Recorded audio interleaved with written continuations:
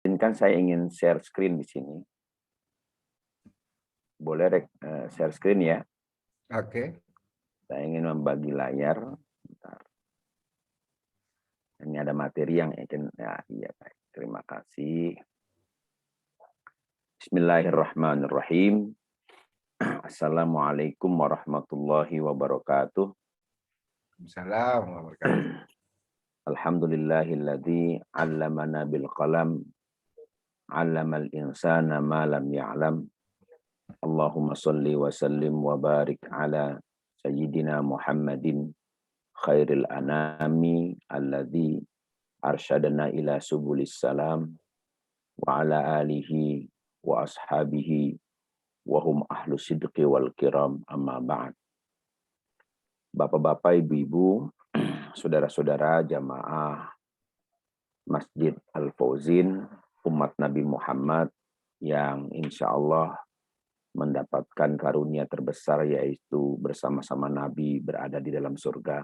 Amin. Alhamdulillah pada pagi hari ini meskipun secara daring kita dipertemukan oleh Allah Subhanahu wa taala dengan niat untuk mempererat silaturahmi dan juga tafaqquh fiddin. Semoga niat dan kehadiran kita di forum ini Allah Subhanahu wa taala jadikan sebagai asbab yang memudahkan kita semuanya masuk ke dalam surganya Allah Subhanahu wa taala. Amin. Amin.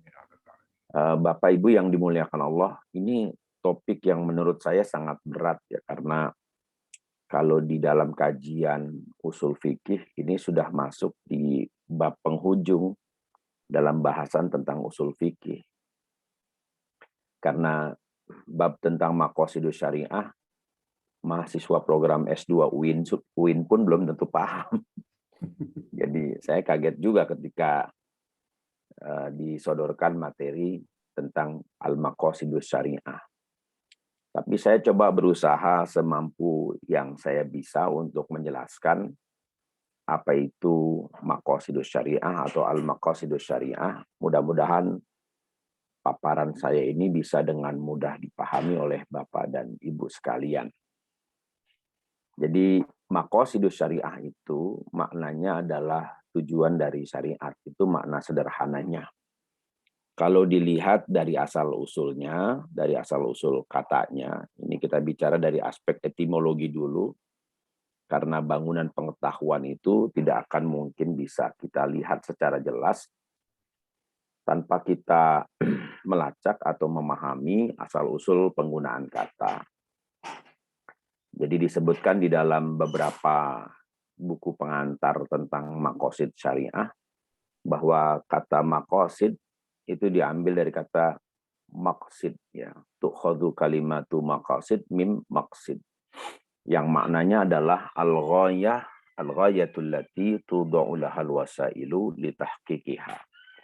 Ya, maknanya adalah tujuan ini kalau diterjemahkan secara mudah, tujuan yang akan dicapai dengan menempatkan sarana atau alat untuk mencapainya.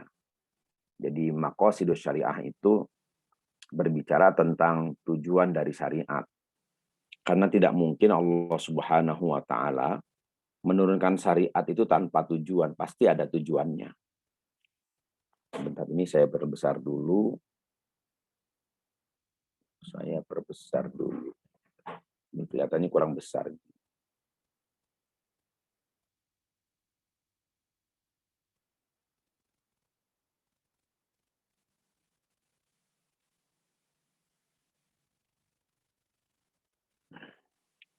Tidak mungkin Allah Subhanahu wa taala menciptakan syariat tanpa Allah Subhanahu wa taala menjelaskan tujuannya. Nah, ini akar kata dari kata maqasid diambil dari kata maqsid. Maknanya tadi sudah saya jelaskan. Nah, dari mana kita bisa memahami bahwa syariat itu punya tujuan? Nah, ini diantaranya dari surat Al-Hajj ayat 78. Ini ayat terakhir dalam surat Al-Hajj. Ya, Allah mengatakan wa ma ja'ala 'alaikum fid dini min haraj. Tidaklah mungkin Allah menjadikan atas kalian itu kesulitan di dalam agama ini. Jadi nggak mungkin kita beragama ini susah payah. Tidak mungkin kita dengan beragama ini menjadi susah. Justru agama ini mendatangkan kemudahan bagi kita, kemudahan di dunia dan juga kemudahan di akhirat. Itu semangat yang tercantum di dalam Al-Maqasidus Syariah. Sehingga tidak mungkin Allah menetapkan sesuatu tanpa tujuan. Ini pasti ada tujuannya. Nah, kalau dilihat dari ranah keilmuan, jadi maqasid ini awalnya tidak pernah diperhatikan oleh para ulama usul fikih. Bukan berarti mereka tidak mengetahui, tetapi karena pada masa-masa lalu, pada masa sahabat, pada masa tabi'in, hukum agama itu sudah menjadi keyakinan, jadi sesuatu yang tidak mungkin ditinggalkan. Karena itu tidak perlu dijelaskan tujuannya apa, karena umat pada masa lalu melihat agama itu sebagai bagian dari kehidupan, sehingga mereka tidak berani melanggar ajaran agama. Nah, karena kondisi itu pula para ulama merasa atau menganggap tidak perlu menjelaskan tujuan syariat. Karena orang sudah yakin. Jadi buat apa menjelaskan tujuan kepada orang yang sudah yakin. Nah, barulah kemudian pada abad keempat Hijriah ada seorang ulama bernama Al-Hakim At-Tirmidzi. Al-Hakim At-Tirmidzi ini bukan Imam Turmudi, perawi hadis atau yang menulis kitab Al-Jami' As-Sahih atau Sunan At-Tirmidzi. Tapi Al-Hakim At-Tirmidzi ini seorang ulama fikih, karena nama At-Tirmidzi ini adalah nama daerah di Tirmiz di wilayah Iran sana. Nah, Al-Hakim ini adalah gelar karena beliau seorang ahli hadis dan juga seorang qadhi, seorang hakim. Beliau menulis satu buku atau satu kitab yang diberi judul Maqasidus Shalah. Ya, tujuan dari sholat. Nah, dari situ para ulama menyimpulkan bahwa sebenarnya gagasan tentang tujuan syariat itu sudah disinggung oleh Al-Imam Al-Hakim At-Tirmidzi di dalam karyanya yang berjudul Maqasidus Shalah. Ya, tentang keutamaan sholat dan tujuan-tujuan disyariatkannya ibadah sholat. Nah, urutan ke bawah ini saya kira ini tidak runtut ya, karena ada beberapa nama yang tidak disebutkan dan juga ada beberapa nama yang urutannya terbalik. Tapi ini sekedar Bapak Ibu tahu saja bahwa ada orang-orang yang sudah membicarakan atau sudah berbicara tentang maqasidus syariah pada masa lalu. Antara lain adalah Imam Al-Ghazali, ya, di dalam karyanya Ihya Ulumuddin banyak menyinggung persoalan maqasidus syariah. Dan itu merupakan karya yang luar biasa. Kalau kita kaji, kita akan mendapatkan kekayaan pemahaman dan pengetahuan dari Al-Imam Al-Ghazali. Di YouTube Bapak Ibu bisa ikuti kajian Ihya Ulumuddin, karya Imam Al-Ghazali ini yang diampu oleh Gus Ulil Absar. Gus Ulil Absar Abdullah itu sudah konsisten sejak 3 tahun yang lalu mengkaji kitab Ihya Ulumuddin, dan itu belum selesai-selesai. Karena memang jumlah jilidnya banyak. Ada 4 jilid kalau cetakan Darul Fikr, kalau cetakan Jeddah Darul Minhaj itu sampai 11 jilid. Jadi ngaji itu begitu tuntas. Jadi ada urutan-urutannya, satu buku selesai sehingga mendapatkan pemahaman yang utuh. Nah, kita ini kebanyakan, umumnya kita ini ngaji tematik, jadi loncat-loncat. Ya lagi rame ta'un, bahas ta'un. Lagi rame korupsi, bahas korupsi gitu kan. Lagi rame apa gitu, kita nggak bahas apa. Jadi tidak runtut epistemologi atau bangunan pengetahuan kita.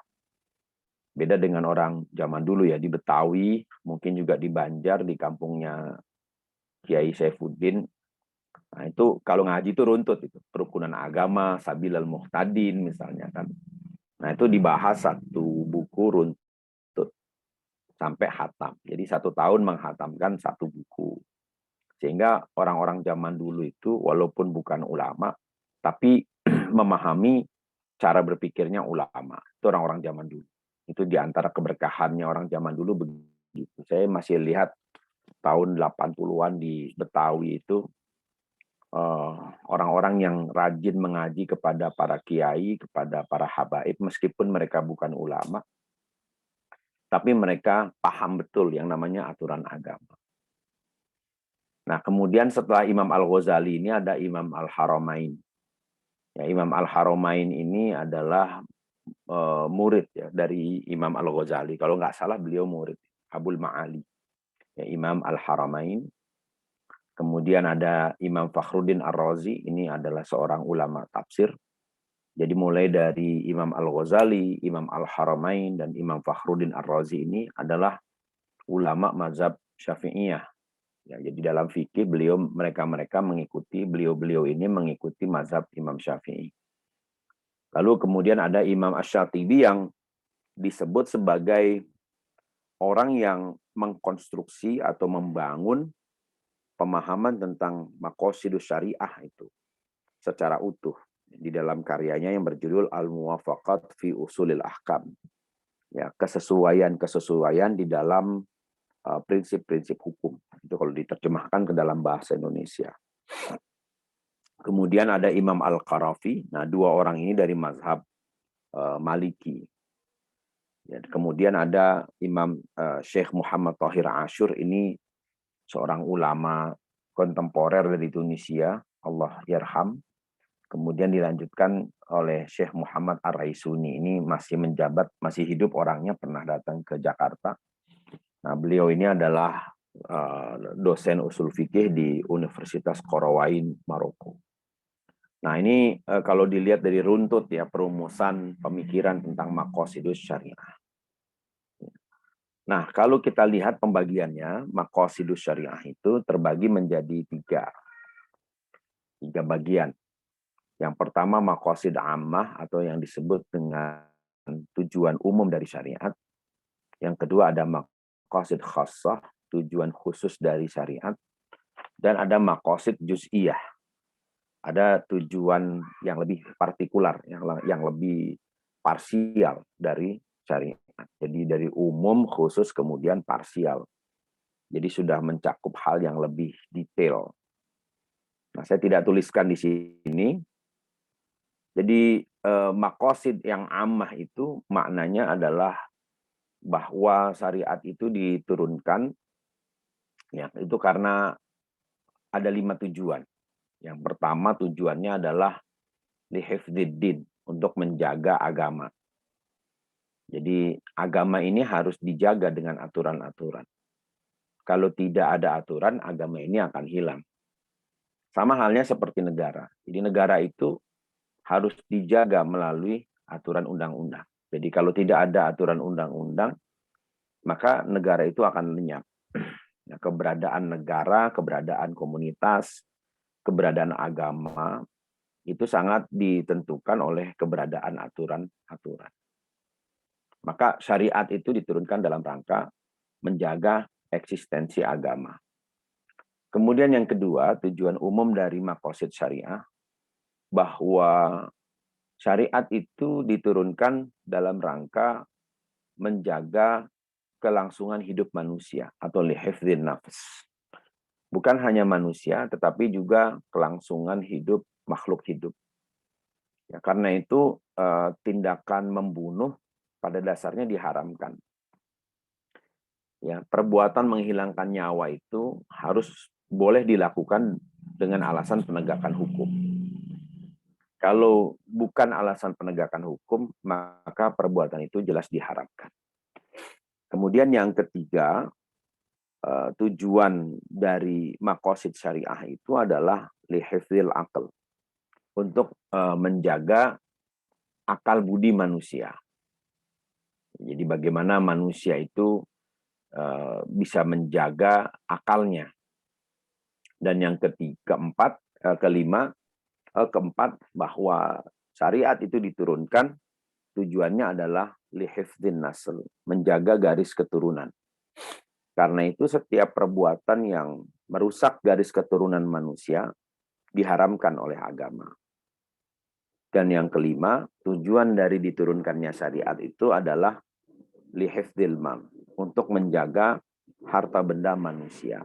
Ini sebagai bentuk apresiasi Islam terhadap setiap upaya yang dilakukan oleh manusia untuk memperbaiki kehidupannya atau untuk berusaha menciptakan sesuatu yang mendatangkan manfaat bagi dirinya dan lingkungan sekitarnya. Nah, itu yang disebut sebagai maqasid am atau tujuan umum dari syariat. Lalu ada namanya maqasid khas, tujuan khusus dari syariat. Nah, ini sudah masuk ke wilayah-wilayah syariat seperti hukum pidana. Kenapa ada kisos? Ya kan? Kenapa ada hukum balas? Itu dijelaskan di dalam Al-Qur'an surat Al-Baqarah ayat 178. Ya, kalau kita baca walakum fil qisasi hayatun ya ulil albab. Ya, di ayat 179, maaf. Diawali dari ayat 178, kutiba alaikumul qisasu fil qatla al-hurru bil hurri. Oh, maaf, di ayat 179. Di ayat 178 Allah mengatakan ya ayyuhalladzina amanu kutiba alaikumul qisasu fil qatla. Wahai orang-orang yang beriman, diwajibkan bagi kalian untuk menegakkan hukum kisos berkenaan dengan orang yang dibunuh. Al-hurru bil hurri. Ya, balasan bagi orang yang kalau pembunuhnya adalah orang yang merdeka, ya kan, orang merdeka dengan orang yang merdeka maksudnya. Wal abdu bil abdi, hamba sahaya dengan hamba sahaya, wal unsa bil unsa. Ya, perempuan dengan perempuan. Lalu ada lanjutannya, faman ufiya lahu min akhihi syai'un fattiba'un bil ma'rufi wa ada'un ilaihi bi ihsan. Tapi kalau ada yang mendapatkan maaf dari saudaranya, hendaklah dia mengikuti dengan baik dan membayar diat kepadanya dengan cara yang baik pula. Lalu disebutkan di ayat 179 tujuan dari kisos itu. Walakum fil qisasi hayatun ya ulil albab. Dan bagi kalian di dalam kisos itu ada jaminan kehidupan. Nah, ini tujuan dari kisos. Ini yang disebut dengan tujuan khusus dari maqasidus syariah. Jadi langsung kepada wilayah-wilayah penegakan hukum. Ya, di dalam hukum pernikahan misalnya, di surat Rum ayat 21 ya, yang biasa dibacakan dalam setiap prosesi akad nikah itu, disebutkan bahwa tujuan dari pernikahan itu adalah litaskunu ilaiha, ya, supaya kalian merasa tenang dengan pasangan-pasangan kalian itu. Jadi ada tujuan psikologis, ya, selain dari tujuan yang sifatnya fisiologis. Kemudian yang ketiga, tujuan dari maqasid syariah itu yang disebut dengan nama maqasid juz'iyah. Tujuan yang sifatnya parsial atau partikular. Nah, ini menjelaskan tentang halal haramnya satu perbuatan.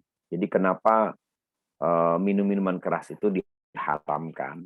Nah, itu haramnya itu ada penjelasannya. Ya, kenapa alkohol itu dibolehkan? Nah, dibolehkannya alkohol itu ada penjelasannya tentang tujuannya.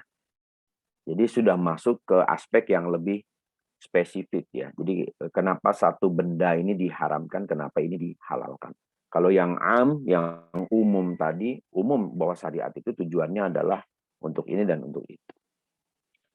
Nah, istilah maqasid syariah itu sekarang ramai digunakan terkait dengan wabah, ya, terkait dengan pandemi. Cuma sayangnya ketika berbicara tentang pandemi ini, kita tidak berbicara tentang introspeksi. Jadi yang kita lihat dari pandemi ini justru ketakutan-ketakutan. Ya, kalau kita lihat di dalam Quran surat Al-Baqarah misalnya ya, di ayat 149. Di dalam Quran surat Al-Baqarah kalau kita lihat, Bapak Ibu sekalian bisa buka surat Al-Baqarah ayat 243. Jadi pandemi itu sudah disinggung di dalam Al-Quran. Di Quran surat Al-Baqarah ayat 234, maaf. Ayat 243. Allah mengatakan bismillahirrahmanirrahim. Alam tara ilal ladzina kharaju min diyarihim wa hum ulufun hadaral maut faqala lahumullahu mutu tsumma ahyahum. Tidakkah kamu perhatikan Orang yang keluar dari rumah-rumah mereka atau dari kampung mereka, wahum ulufun, jumlah mereka itu ribuan. Hadarul maut, karena mereka takut mati. Faqala lahumullahu mutu. Lalu Allah katakan kepada mereka, matilah kalian, summa ahyahum, lalu Allah hidupkan sebagian dari kalian. Nah, ini ada penjelasannya dari tafsir Imam Al-Baghawi, dikatakan bahwa dulu ada satu kampung yang bernama Dawardan. Ya, Dawardan ini ya satu kampung yang menghadap ke Laut Mediteran. Nah, kampung itu dilanda taun. Ini pada masa sebelum Nabi Muhammad SAW. Jadi karena kampung itu dilanda wabah, ya sebagian besar orang di kampung itu keluar untuk menghindari wabah. Dan sebagiannya tinggal, sebagian kecil dari mereka tinggal di situ. Ya kalau kita seperti orang India lah gitu kan yang kita lihat waktu Ramadan kemarin. Wabahnya makin bertebaran kemana-mana, akhirnya mereka charter pesawat datang ke Jakarta. Nah itu yang disinyalir katanya sebagai pemicu meluasnya varian baru dari COVID. Ya, sebagian dari mereka bertahan, fahalaka aksarun qiya fil qaryah. Jadi sebagian maka yang ada di kampung itu mati. Wasaliman ladina kharaju. Ya. Tapi yang di luar, yang keluar dari kampung, selamat. Falamma irtafa'at ta'un raja'u salimin. Jadi ketika orang yang pergi tadi itu kembali, ya situasinya sudah aman, sudah normal, maka berkatalah orang-orang yang tinggal di kampung itu, ashabuna kanu ahzamu minna law sona'na kama sona'u labaqina. Ya, jadi sebagian dari kita ini kanu ahzama minna law sona'na kama sona'u labaqina wala in waqa'at ta'un saniyatan lanakhrujanna ila ardin la waba'a biha. Fa waqa'at ta'unu min qabilin fa haraba 'amatu ahliha. Jadi ceritanya di wabah yang pertama yang keluar selamat, yang di dalam mati, tapi kemudian datanglah wabah yang kedua. Mungkin kalau sekarang bahasanya gelombang kedua ini datang. Berdasarkan pengalaman sebelumnya, akhirnya yang tadinya tinggal di dalam kampung itu, ikut keluar juga. Yang pada gelombang pertama dia ada di dalam, begitu terjadi gelombang kedua dia ikut keluar. Ya, lalu kemudian faharaba ammatu ahliha wa kharaju hatta nazalu wadiyan afiyaha. Jadi sampai mereka mencari tempat yang tidak ada wabah sehingga mereka tiba di satu lembah. Ya kan? Lalu ketika mereka sampai di tempat di mana mereka bisa mendapatkan keselamatan, nadahum malakun min asfalil wadi wa malakun min a'lahu ammutu. Jadi malaikat yang ada di kampung itu, di tempat yang dituju, dan malaikat yang ada di jalur di mana mereka pergi itu, meneriakkan, anmutu, matilah kalian semua, famatu jami'an, maka semuanya mati. Nah, jadi sudah disinggung itu di dalam Al-Quran, Imam Al-Baghawi mengutip satu kisah. Nah, dari sini kita pahami dari tinjauan maqasid syariah. Tinjauan maqasid syariah, Umar bin Khattab radhiyallahu anhu pernah menetapkan satu aturan bahwa ketika terjadi wabah, maka orang yang ada di dalam satu kampung, di kawasan yang terkena wabah itu nggak boleh dia keluar dari wabah. Nggak boleh keluar dari situ. Dan orang yang berasal dari luar kampung yang terkena wabah itu tidak boleh masuk. Jadi konsep lockdown itu sudah dipakai oleh Umar bin Khattab radhiyallahu anhu. Jadi kebijakan lockdown itu sudah digunakan oleh Umar bin Khattab radhiyallahu anhu ya di dalam mengendalikan penyebaran wabah. Jadi luar biasa ya, sebelum WHO bicara lockdown, Umar bin Khattab radhiyallahu anhu sudah berbicara lockdown.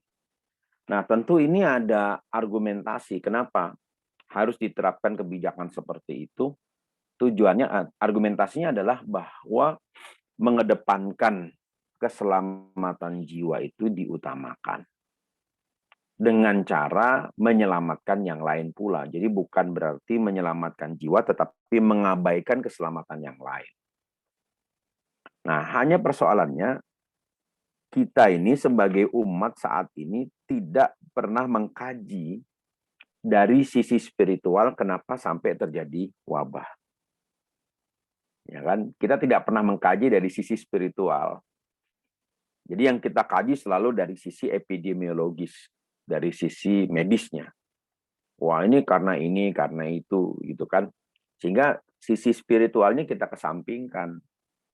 Ya, bukan berarti kemudian sisi spiritualnya itu dengan menutup masjid.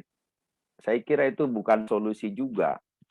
Karena pada tahun kemarin Masjidil Haram tidak ditutup total, tapi hanya dibatasi bahwa pelaksanaan Jumat, pelaksanaan sholat itu hanya dilakukan oleh orang-orang tertentu di Masjidil Haram dan juga di Masjid Nabawi. Sedangkan untuk penduduk memang diarahkan untuk melaksanakan sholat di tempatnya masing-masing. Jadi tidak perlu datang ke haram.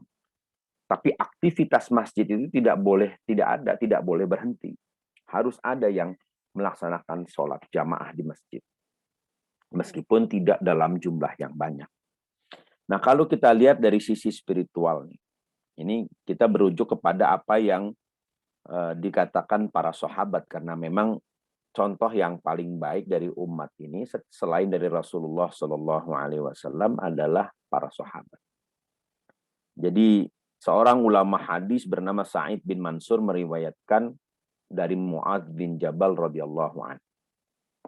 Ketika Mu'adz bin Jabal didatangi sejumlah orang, mereka mengeluh, qad waqa'a fina rijsu.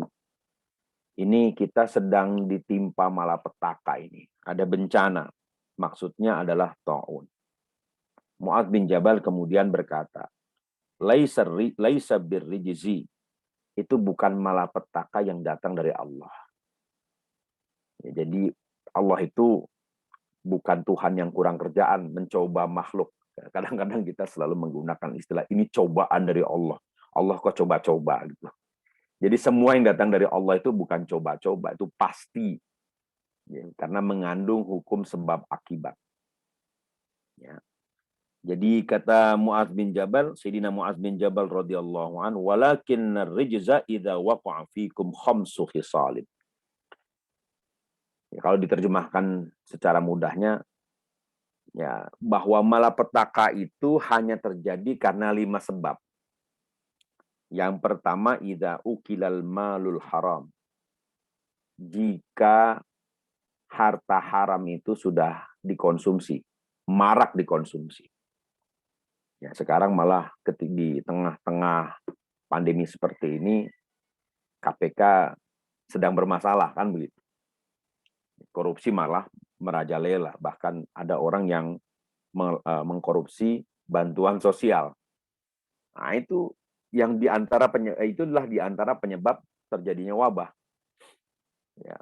Lalu kemudian wasufikat damul haram. Ketika jiwa-jiwa yang disucikan itu dibunuh. Ya, jiwa-jiwa yang disucikan itu dibunuh. Artinya orang tidak bersalah kok dibunuh. Banyak terjadi pembunuhan. Ya, kalau kita lihat begal itu merajalela, dan yang menjadi korban begal itu orang-orang yang tidak punya kesalahan. Mereka yang baru pulang kerja, bawa motor, motornya dirampas, pemiliknya dibunuh. Dan itu bukan hanya 1-2 kasus ya, tapi sudah banyak kasus, bahkan sudah merata di Jabodetabek. Wa kana imratus sibyan. Nah, ini ada yang ketiga. Jadi kalau kepemimpinan itu bersifat kanak-kanakan. Ya, kepemimpinan dalam segala hal. Jadi anti kritik, tidak ada dialog. Ya kan, kalau ditegur baper gitu kan. Kemudian menutup yang namanya dialog, tidak mau menerima pandangan orang. Itu juga di antara penyebab terjadinya malapetaka atau wabah menurut Sayyidina Mu'adz bin Jabal. Lalu kemudian yang keempat, waba'ar rajulu minkum dinahu bi'aradin qalilin minad dunya. Jadi kalau orang sudah menjual agama hanya untuk mendapatkan kenikmatan dunia, ya wabah pasti datang. Wa asbahar rajulu, yang kelima, wa asbahar rajulu la yadri a'ala haqqin am huwa am ala dhalalin. Dan yang kelima itu, kalau orang sudah tidak tahu dia ini benar atau salah sih, berada di atas petunjuk atau di atas kesesatan. Jadi kalau orang sudah nggak ngerti mana yang benar dan mana yang salah, mana petunjuk, mana kesesatan, ya itulah wabah datang. Menurut Sayyidina Mu'adz bin Jabal. Nah, diriwayatkan lagi dari Sayyidina Abdullah bin Mas'ud. Ya, disebutkan lagi kenapa bisa terjadi wabah.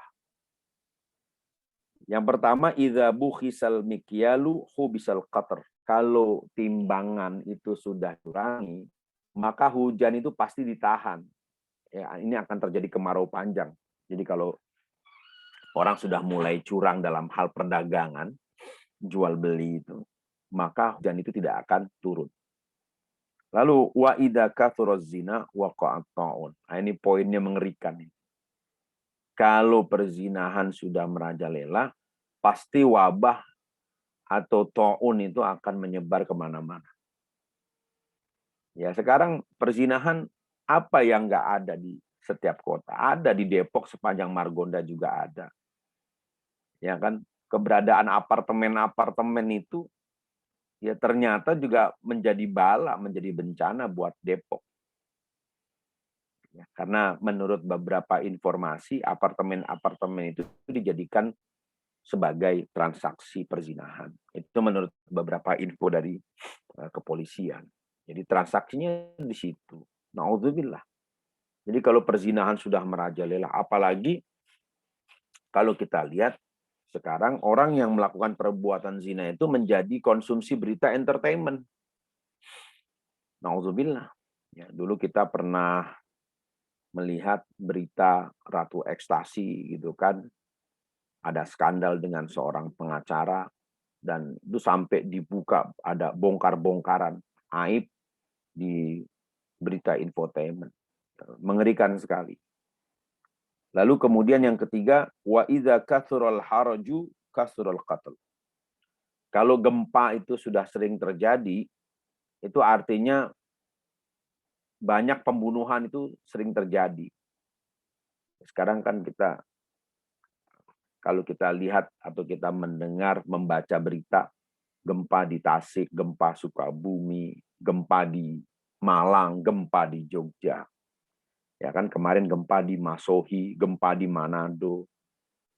Ya memang sebab dari gempa itu adalah pergeseran lempeng, itu betul, itu penjelasan ilmiah. Tapi penjelasan spiritualnya disebutkan kalau pembunuhan itu sudah marak terjadi, ya bumi ini goncang. Karena bumi menjadi saksi bagi tubuh manusia. Nah, ini yang jarang dibahas. Jadi kita tidak pernah melihat sampai ke situ, sehingga penanganan pandemi ini tidak selalu beriringan dengan penguatan ketakwaan dan ketaatan. Padahal ini makosid juga. Ya kan? Jadi imun dan iman itu harus berjalan beriringan. Karena iman itu akan membentuk imun. Tapi kalau iman itu ditinggalkan, kita hanya bicara prokes, prokes, dan prokes, ini imun akan lemah. Kalau kita lihat dari tinjauan agama, imunitas itu kan ada dua. Ada imunitas hati dan ada imunitas fisik. Imunitas fisik itu berangkat atau bersumber dari imunitas hati kita. Ya, kita harus yakin bahwa yang menghidupkan dan mematikan itu Allah, bukan COVID. Itu yang harus dibangun. COVID ini hanya jalan. Ya kan, saya yakin bahwa kita semua sudah terkena COVID.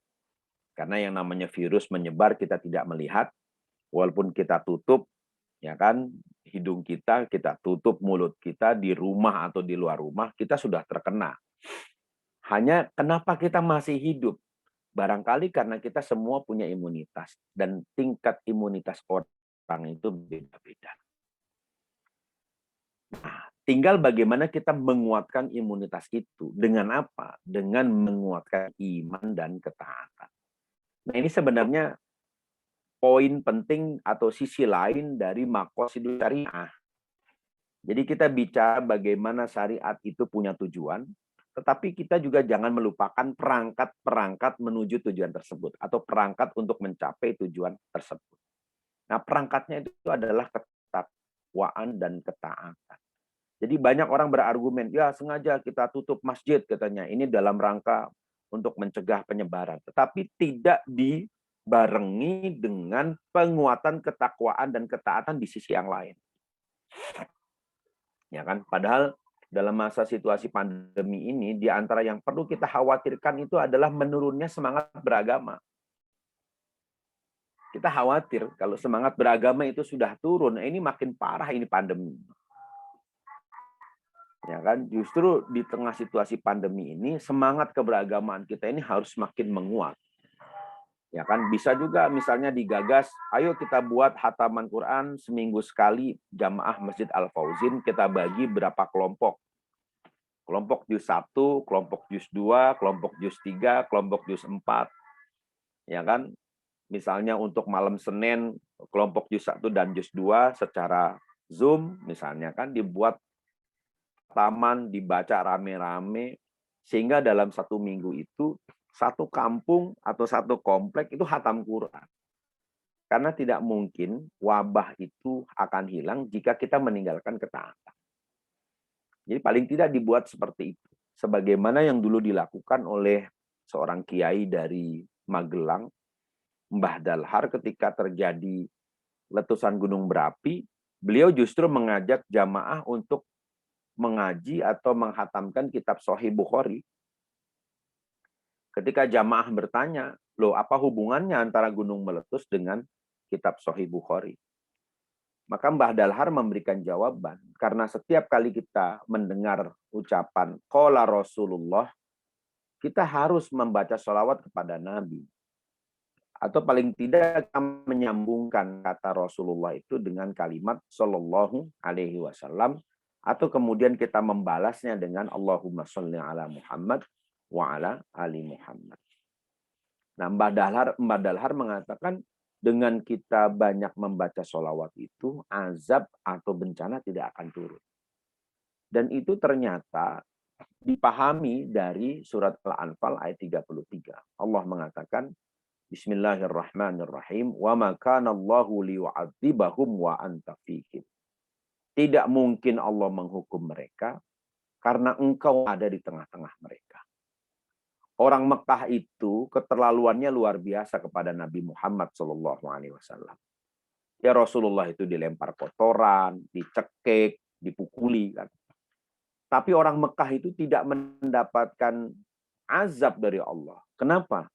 Karena kalau Allah turunkan azab, satu kota itu habis semua. Lalu Allah katakan, wa ma kana Allahu liyu'adzibahum wa anta fihim. Tidak mungkin Allah menghukum mereka. Dan kamu ada di tengah-tengah mereka. Artinya, keberadaan Nabi Muhammad ini menjadi rahmat dan menjadi keberkahan. Wa ma kana mu'adzibahum wa hum yastaghfirun. Dan tidak mungkin Allah menghukum mereka selama mereka beristighfar. Nah, kalau tidak membaca Al-Quran, paling tidak kita menggerakkan atau meramaikan kegiatan zikir. Meskipun secara online, ya kan kita buat istighosah, zikir setiap satu pekan sekali supaya pandemi ini cepat berlalu dengan kita mengucapkan istighfar. Nah, ini di antara solusi spiritual yang saya kira tidak diperhatikan kebanyakan orang. Jadi orang hanya berbicara dari aspek rasional. Prokes gitu. Protokol kesehatan, iya betul. Saya sepakat dengan itu. Tetapi jangan dilupakan protokol yang lain, yaitu protokol keimanan. Nah, protokol keimanan ini yang harus kita bangun. Nah, inilah di antara cara bagaimana kita mencapai tujuan dari syariat. Saya kira begitu, Pak Kiai Saifuddin, ya sedikit pembahasan tentang maqasidus syariah. Ya, kalau kita lihat dari tinjauan yang umum, bahwa syariat itu diturunkan untuk 5 tujuan tadi, memelihara eksistensi agama, menjaga kehidupan manusia, memelihara akal budi manusia, menjaga garis keturunan, dan yang kelima adalah menjaga harta yang dimiliki oleh manusia. Ya kan? Adapun ada tujuan khusus dari syariat itu adalah disebutkan di dalam wilayah-wilayah yang khusus seperti misalnya di wilayah pidana, di wilayah perdata, di wilayah muamalah. Dan ada lagi tujuan syariat dari aspek yang paling partikular. Kenapa satu perbuatan ini diharamkan, kenapa satu perbuatan dihukumi makruh, kenapa satu perbuatan ini dihukumi boleh, dan seterusnya. Kira demikian sedikit pembahasan tentang maqasid syariah. Semoga ini memberi manfaat bagi kita semua. Wallahu muwaffiq. Assalamualaikum warahmatullahi wabarakatuh. Waalaikumsalam warahmatullahi wabarakatuh. Baik Ustaz, terima kasih atas apa yang tadi telah disampaikan, dan saya rasa ini sudah mewakili ya dari kitab tebal tentang maqasid syariah atau tujuan syariat.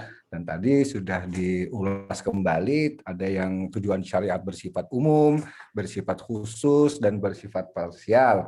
Juga telah disampaikan bahwa kalau dikaitkan dengan pandemi, ternyata di zaman Umar bin Al-Khattab tadi telah disampaikan, ternyata yang namanya lockdown juga sudah diterapkan. Di mana dalam salah satu kampung itu yang di sana tidak boleh keluar, yang di luar pun tidak boleh masuk. Tapi kita masih keluar masuk nih Pak Kiai. Gimana itu? Kita keluar masuk ini ya. Oke. Jadi yang paling mendasar sekali yang tadi telah saya sampaikan adalah mengenai perangkat. Di samping protokol kesehatan di saat pandemi ini harus diterapkan, tapi yang penting yang sangat terabaikan di masyarakat adalah mengenai perangkat yang disebut dengan iman dan takwa. Ya, itu saya rasa. Baik, selamat datang Pak Profesor Nahrawi. Alhamdulillah bisa bergabung. Biasanya penanya pertama ini beliau. Ya, boleh. Silakan Pak Prof kalau memang ya, terima kasih Pak Ustadz. Ya. Assalamualaikum warahmatullahi wabarakatuh. Waalaikumsalam warahmatullahi wabarakatuh. Mohon maaf saya terlambat ya, karena ada kegiatan lain. Ya. Dan akibatnya saya hanya bisa menangkap statement terakhir dari Pak Ustadz Abdi Kurnia. Tapi yang sangat menarik, yaitu membahas masalah wabah dari segi spiritual. Memang sudah banyak dibahas ya. Wabah ini dari sisi medis dan bagaimana apa sebab dan bagaimana terapinya. Yang belum menurut kami ini adalah penyebab wabah dan solusi wabah secara spiritual. Tadi Pak Ustadz Abdi Kurnia sudah memberikan semacam apa tadi ya, hint atau solusi yang tersamar lah, bukan mengenai terapi spiritual. Nah, saya mengusulkan Ustadz Saifuddin karena di kompleks kita ini sudah banyak saudara-saudara kita, tetangga kita yang terkena wabah. Alangkah baiknya kita melakukan terapi spiritual melalui ya Jamaah Al-Fauzin, tidak harus di masjid seperti saran dari Pak Abdi Kurnia tadi, tapi melalui Zoom. Nah, kira-kira beberapa alternatif terapi spiritual yang seperti Pak Abdi Kurnia yang bisa disarankan kepada kami di Komplek Pesona Depok nih, yang saudara-saudara kita sudah banyak yang terpapar kena wabah ini. Tadi Pak Abdi sudah menyebut katakanlah taman Quran gitu ya. Nah, apakah ada alternatif lain, misalnya istighosah atau apalah yang kita bisa lakukan di komplek ini secara rutin untuk ya mengusir wabah ini sehingga tidak muncul-muncul lagi. Kelihatannya kalau saya amati ya, dari sisi medis nih, nggak mau bandel nih, udah lama kan, udah 3 semester. Kelihatannya intensitasnya makin meningkat nih Pak Abdi Kurnia. Iya. bukan makin kapok tapi makin meningkat tuh itu. Monggo silakan, terima kasih. Assalamualaikum warahmatullahi wabarakatuh. Waalaikumsalam warahmatullahi wabarakatuh. Terima kasih Prof atas pertanyaannya. Saya hanya merujuk kepada satu kitab yang ditulis oleh Al-Imam Muhammad bin Muhammad Al-Mambaji ini. Ini satu kitab ini. Ini ulama mazhab Hambali yang menulis kitab tentang ta'un. Karena beliau bermazhab Hambali dan beliau seorang sufi. Ada dua cara pandang yang beliau pakai. Cara pandang tasawuf dan cara pandang ahli hadis. Ini menarik. Karena rupanya ahli hadis itu banyak yang sufi. Ya kan? Banyak ahli hadis yang sufi. Jadi kalau dibalik lagi, lain lagi tuh ceritanya. Banyak ahli sufi yang ternyata ahli hadis itu lain lagi. Ini ahli hadis dan ternyata seorang mutasawwif. Saya mengutip beberapa hadis misalnya dari Sayyidina Anas bin Malik radhiyallahu anhu. Anna Nabiyya sallallahu alaihi wasallam dari sahabat An-Nu'man bin Bashir. Sahabat An-Nu'man bin Bashir ini radhiyallahu an meriwayatkan bahwa Nabi bersabda, innal halakati ayyu'mala su'u fi zamanil bala. Jadi puncak dari kehancuran gitu kan adalah ketika keburukan itu atau kejahatan itu dilakukan pada zaman pandemi, pada masa pandemi. Jadi keburukan yang paling buruk, innal halakata kullal halakah. Jadi kalau ada sudah kondisi buruk ya, ada kondisi yang lebih buruk lagi adalah ketika kejahatan itu dilakukan pada masa pandemi. Ini hadis diriwayatkan oleh Nu'man bin Bashir meskipun dikatakan mauquf dalam riwayat Ibnu Asakir, tetapi para ulama setuju dengan matan atau isi dari hadis ini. Nah, dari sini kita bisa mendapatkan satu pemahaman bahwa pada masa pandemi ini justru hukum harus bicara tegas. Jadi tidak ada yang namanya kompromi di bidang hukum. Ya, tidak ada dalam kompromi dalam penegakan hukum. Jadi jika ada pihak-pihak yang menyalahgunakan bantuan kemanusiaan ya bagi penderita COVID, itu hukumannya harus hukuman mati. Kenapa? Karena korupsi kemanusiaan itu akan berdampak tidak baik bagi kemanusiaan. Seperti korupsi bansos ya, bantuan sosial COVID. Itu hukumannya harus hukuman mati. Bukan hukuman penjara. Kenapa? Karena sebagai jera bagi setiap orang yang menyalahgunakan bantuan kemanusiaan. Jadi dari hadis Nabi itu kita bisa menangkap sebuah kesimpulan bahwa kalau itu didiamkan, maka ini akan memperburuk keadaan. Lalu Anas bin Malik radhiyallahu an meriwayatkan dari Rasulullah Shallallahu Alaihi Wasallam tentang fenomena akhir zaman ini mungkin menjadi jawaban kenapa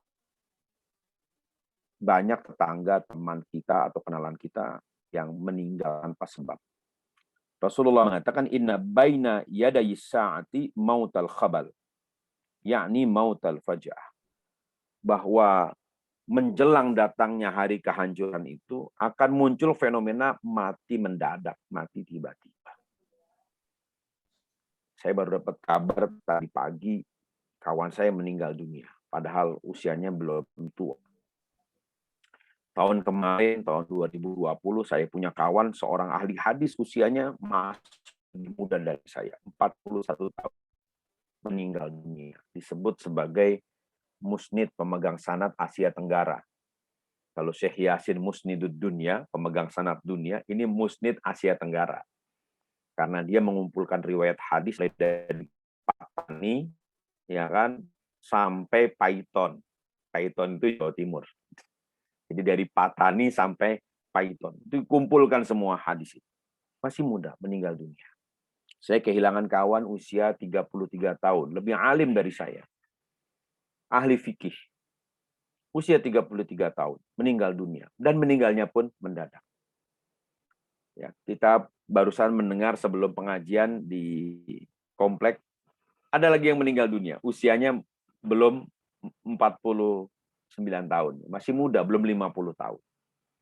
Jadi ini isyarat dari Rasulullah SAW bahwa kondisi seperti ini berarti kita sedang memasuki fase baru. Atau kalau dalam bahasanya Sunda Empire, Lord Rangga, yang sedang menjadi perguncingan.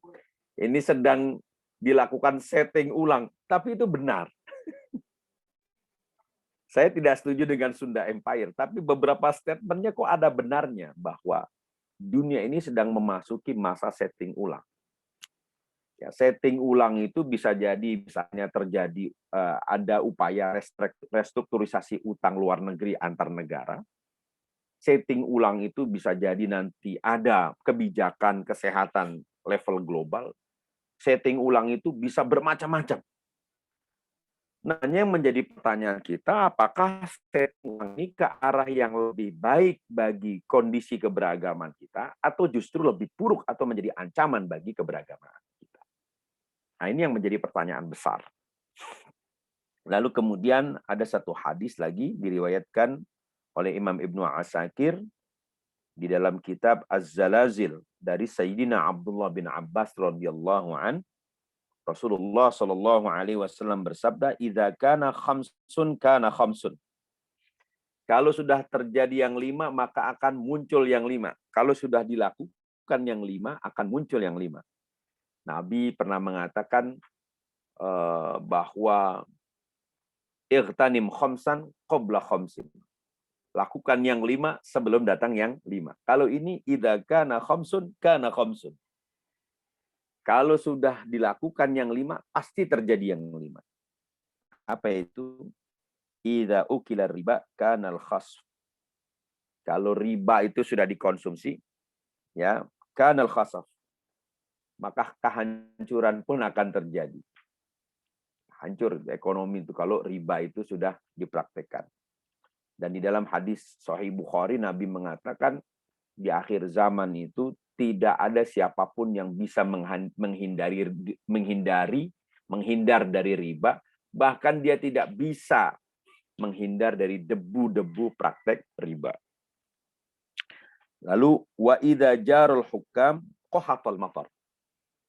Kalau para penguasa, hukam ini penguasa, apakah penguasa bisnis, penguasa hukum, penguasa militer, penguasa lain-lain, sudah sering berbuat dosa, maka hujan itu akan berhenti. Musim kemarau berkepanjangan. Wa idza muni'atiz zakatu halakatil masyiyah. Kalau zakat itu sudah nggak dibayarkan, ya kan, maka semua yang berjalan ini, semua makhluk ini akan hancur. Wa idza fasaz zina kasurul maut. Jika perbuatan zina sudah merajalela, maka kematian itu akan menyebar. Allah.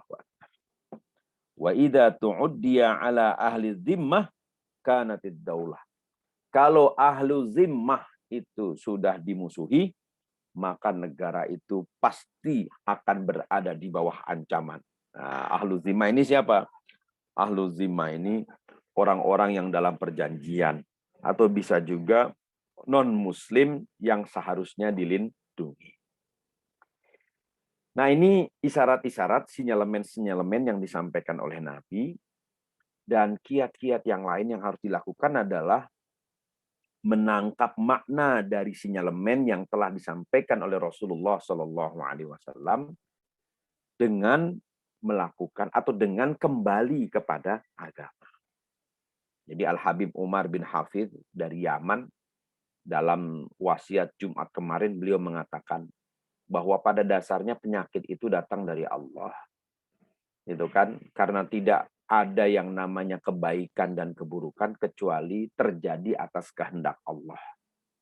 Yang harus dilakukan oleh manusia adalah fafirru ilallah. Kembalilah kepada Allah. Kan kita sekarang sedang diberi 2 pilihan. Kembali kepada Allah dengan ketaatan, atau kembali kepada Allah dengan kematian.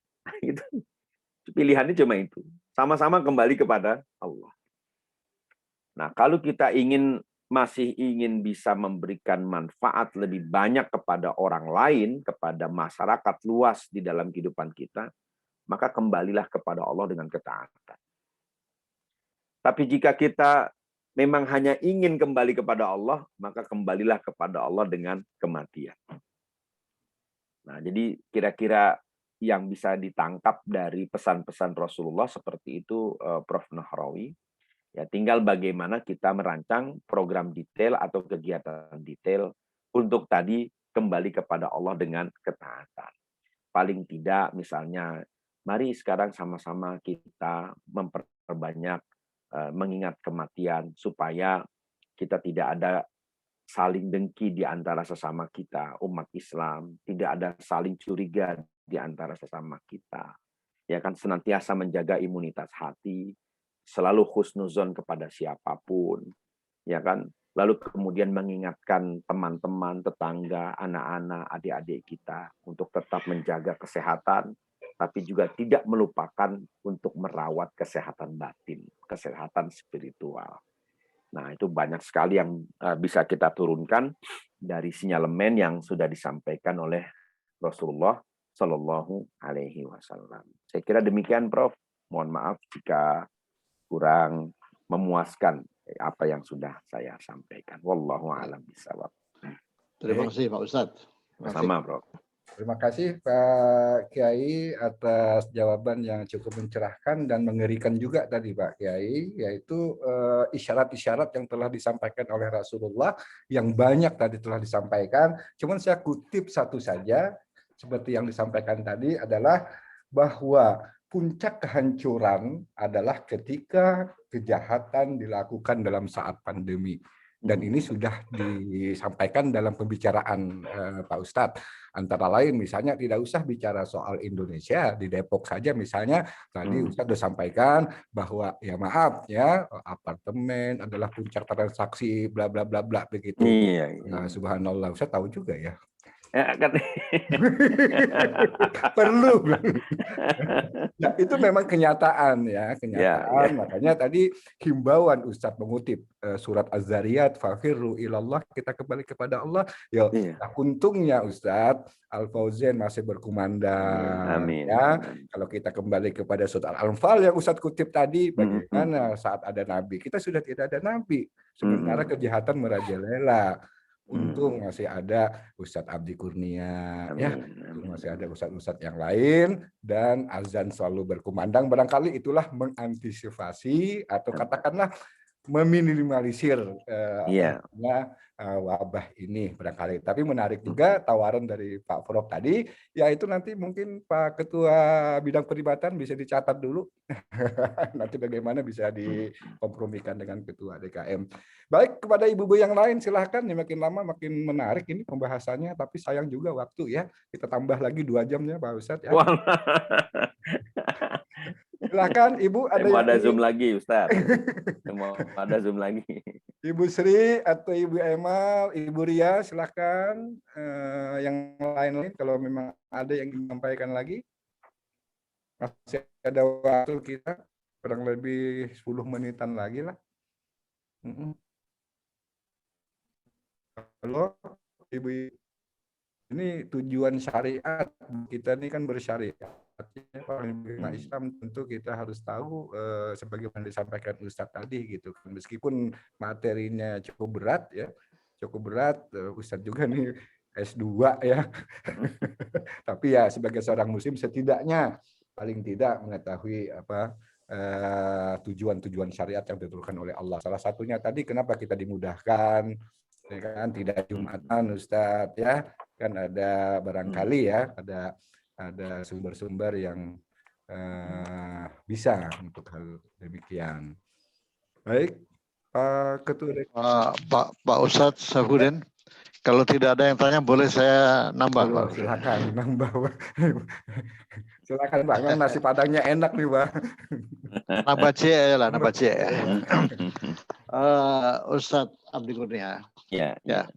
Tadi kan Pak Ustadz membahas wabah ini dari sisi spiritual. Dan tadi dikatakan juga ada proses sebab akibat. ada wabah karena ada sebab kelalaian umat lah kira-kira gitu ya, lalai. Nah, gini Pak Ustadz Abdi Kurnia, yang lalai kan mungkin nggak semua umat manusia, tapi yang dapat musibah semuanya.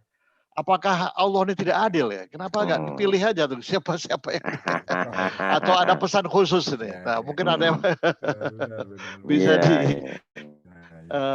apakah tidak dipilih aja yang kira-kira yang lalai yang mana dihajar di sana, yang nggak lalai nggak usah gitu kan? Ini kan enggak nih. Lalai tidak lalai semua kena nih, Ustaz. Mohon pencerahannya nih Pak Ustaz. Terima kasih. Silakan Pak Ustaz. Baik. Dasar berpikirnya bisa kita lihat di dalam Quran surat Al-Anfal ayat 25, Prof. Ya, surat 8 ayat 25. Di situ Allah Subhanahu wa taala berfirman, "Wattaqu fitnatan la tusibannal ladzina zalamu minkum khassah wa'lamu annallaha syadidul iqab." Ya, Allah mengatakan wattaqu fitnatan, berhati-hatilah terhadap fitnah. La tusibannal ladzina zalamu minkum khassah, yang tidak saja menimpa orang yang sudah berbuat zalim di antara kamu. Ya kan? Wa'lamu annallaha syadidul iqab, ketahuilah bahwasanya Allah itu sangat keras hukumannya. Apakah Allah tidak adil? Justru itu menunjukkan keadilan Allah. Jadi adil itu kan bukan berarti sama, tapi adil itu merata. Nah, dalam konteks hukuman, kenapa orang yang tidak berbuat zalim juga terkena dampak dari hukuman? Karena perbuatan zalim itu ternyata dampaknya tidak bersifat tunggal, tapi bersifat multi, ya kan? Dia kemana-mana dampak dari perbuatan zalim itu. Contoh begini, kenapa muncul satu anggapan bahwa jika orang sudah melakukan perbuatan zina, maka yang akan terkena dampaknya itu adalah 40 ke kanan, 40 ke kiri, 40 ke depan, dan 40 ke belakang. Itu memang bukan hadis ya, tetapi pandangan orang-orang zaman dulu seperti itu. Dia akan membawa sial ke 40 orang di kanan, kiri, dan ternyata orang kalau sudah berbuat zina, apalagi menjadikan zina sebagai hobi, dia akan menularkan hobinya itu kepada orang lain. Turun-temurun ya. Jadi ketika dia melakukan perbuatan, memang perbuatan itu dilakukan secara private. Orang tidak melihat dia melakukan perbuatan itu. Tapi kemudian dia menceritakan, apalagi sekarang ada YouTube, ya kan, disebarkan secara luas dan bukan cuma orang di Pesona Depok yang melihat. Bukan cuma di Depok yang melihat, tetapi di kota lain, di tempat lain. Ya, kemudian dia membuka peluang orang melakukan perbuatan itu. Maka wajar jika kemudian Allah Subhanahu wa taala mengazab satu kaum yang tidak mau mencegah terjadinya perbuatan kemungkaran. Atau paling tidak di dalam hati kita ini muncul penolakan, ya Allah saya nggak setuju dengan perbuatan itu, tapi saya tidak punya kuasa untuk melarang. Ya kan? Maka Allah marah. Kenapa kita membiarkan terjadinya satu keburukan, ya kan, yang dilakukan oleh satu orang dengan alasan, mari kita pikirkan urusan masing-masing. Padahal itu dampaknya luar biasa. Itu satu contoh. Jadi di sisi yang lain, Allah menuntut pertanggungjawaban siapapun di dalam satu masyarakat ketika terjadi satu perbuatan buruk untuk mencegah agar jangan sampai dampak dari keburukan itu meluas. Nah, maka di antara keberkahan itu kan adalah ketika amar ma'ruf dan nahyu mungkar itu ditegakkan. Hanya yang perlu dicatat dan digarisbawahi, bahwa nahyu mungkar itu harus dilakukan dengan cara ma'ruf. Apalagi kalau cara yang ma'ruf itu diarahkan oleh seseorang bernama Ma'ruf Amin. Kan begitu. Ya, kan itu kan lebih ma'ruf lagi kan begitu. Ya. jadi Nah, mencegah kemungkaran itu harus dengan cara yang ma'ruf, yaitu mengikuti petunjuk dari Bapak Kiai Ma'ruf Amin. Ya, itu yang seperti itu yang saya kira sekarang tidak pernah diperhatikan. Jadi ayatnya jelas di dalam Quran surat Al-Anfal ayat 25. Jadi kenapa satu kaum itu dia terkena azab? Karena mereka diam ketika terjadi keburukan itu, tidak bersuara. Sekarang kita diberikan fasilitas, ada change.org misalnya. Kalau kita melihat ada penyimpangan yang dilakukan oleh aparatur negara atau orang yang memegang kuasa, kita bisa menyuarakan di situ. Paling tidak beban kita sudah nggak ada. Ya kan? Paling tidak kita sudah menyatakan bahwa saya tidak setuju dengan kerusakan itu. Selesai, kan begitu. Nah, ini kan banyak yang diam. Sekarang ya sudahlah, sekarang urusin diri kita masing-masing, kita nggak usah urusin urusan orang. Loh, tapi itu dampaknya ke kita kok kan gitu. Itu yang menjadi masalah di situ. Nah, jadi kalau bicara tentang bahwa itu tidak menunjukkan bahwa Allah tidak adil, saya kira bukan begitu pemahamannya. Sebentar, saya jawab telepon dulu. Maaf, nanti saya telepon lagi, Pak. Lagi pengajian. Ya. Jadi justru di situ letak keadilan Allah, karena memang Allah Subhanahu wa Ta'ala ketika menegakkan keadilan itu bukan dengan cara pandang kita, tapi dengan penilaian Allah sebagai Al-Adlu yang Maha Adil. Ya kan, sama seperti halnya ketika Allah membolehkan poligami. Buat ibu-ibu itu tidak adil, gitu kan. Tapi kan Allah sudah mengatakan di dalam Quran surat Al-Baqarah, ya kan, wa asa an takrahu syai'an fahuwa khairul lahum, fahuwa khairul lakum. Boleh jadi kalian tidak suka, dia kan tidak menyukai sesuatu, padahal itu baik buat kalian. Kan gitu. Wa asa an tuhibbu syai'an wa huwa syarrul lakum. Boleh jadi kalian menyukai sesuatu, tapi belum tentu itu baik bagi kalian. Apa poinnya? Wallahu a'lamu, kan? Wa antum la ta'lamun. Allah lebih tahu, kita semua tidak tahu, kan begitu. Jadi ayatnya perlu ditegaskan lagi kepada. Iya, ditegaskan lagi. Wallahu a'lamu wa antum la ta'lamun. Kita memang meraba-raba, tapi Allah lebih tahu, begitu. Jadi saya kira begitu, bahwa kenapa azab itu diturunkan ya karena kita diam. Maka ketika ada orang dulu, zaman dulu, kalau ada orang melakukan satu perbuatan dosa, itu satu kampung itu istighfar kepada Allah supaya jangan sampai kena bencana, kena bala. Ya, gitu kan. Jadi zaman dulu itu lebih besar rasa takutnya. Orang sekarang kan berani ya. Saya pernah ketemu orang, saya berani sama Allah, buktinya saya nggak sholat, nauzubillah. Kalau orang dulu nggak berani ngomong begitu. Ya kan? Kenapa? Ya urip iku kan slamet dunya ing akhirat. Lah kan gitu. Slamet dunia, akhirat Gusti Allah mboten sarele. Allah tidak tidur.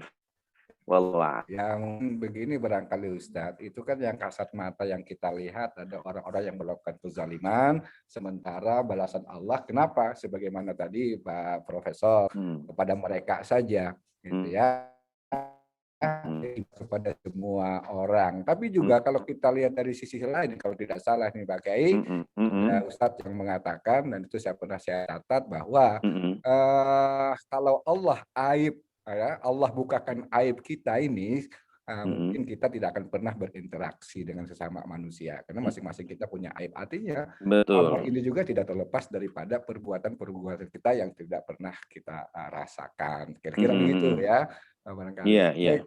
Pak Prof, bagus sekali pertanyaannya, membuat saya juga mau bicara gitu ya. Tapi sebagai penegasan saja.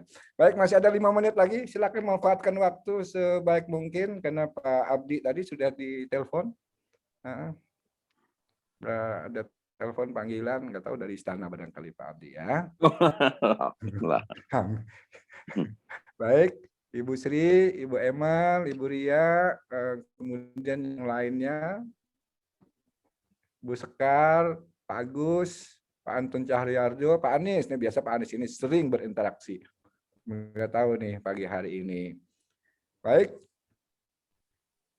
kalau tidak ada, waktu sudah jam 10.30 dan saya simpulkan apa yang tadi telah disampaikan oleh Pak Kiai bahwa tujuan syariat memang sebuah materi yang harus kita ketahui paling tidak yang umumnya, yang khususnya dan parsialnya. Kemudian ada masalah-masalah yang berkaitan dengan khusus dengan pandemi ini.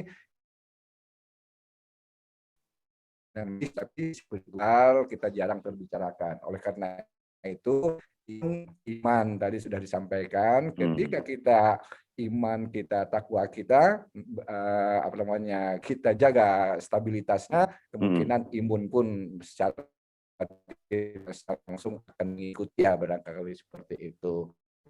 Nah, itu saja barangkali Bapak dan Ibu sekalian pengajian kita pada pagi hari ini. Terima kasih pada Bapak Allah, mudah-mudahan kurnianya selalu terlimpah dan kita semua. Amin. Juga kepada bapak-bapak yang setia bergabung bersama TKM Al-Fauzan yang tidak perlu saya sebut satu persatu.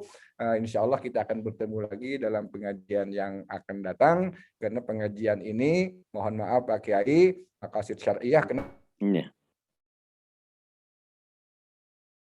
bidang pendekatan, karena sebelumnya berbicara sebelum kita, jadi biar ada korelasi lah kira-kira seperti itu. Baik, saya selaku pembawa acara, terima kasih banyak atas kehadiran semua bapak-bapak, berkhusus kepada Ustadz Abdul Kurnia. Mudah-mudahan Allah senantiasa merahmati dan memberkahi Bapak dan kita semua. Amin. Kurang lebihnya mau dimaafkan. Wallahul muwaffiq ila aqwamit thariq wal 'afwu minkum. Wassalamualaikum warahmatullahi wabarakatuh. Waalaikumsalam warahmatullahi wabarakatuh. Mohon izin, mohon pamit. Ustadz, Pak Anton, Prof. Ya, semuanya. Ya, assalamualaikum warahmatullahi wabarakatuh.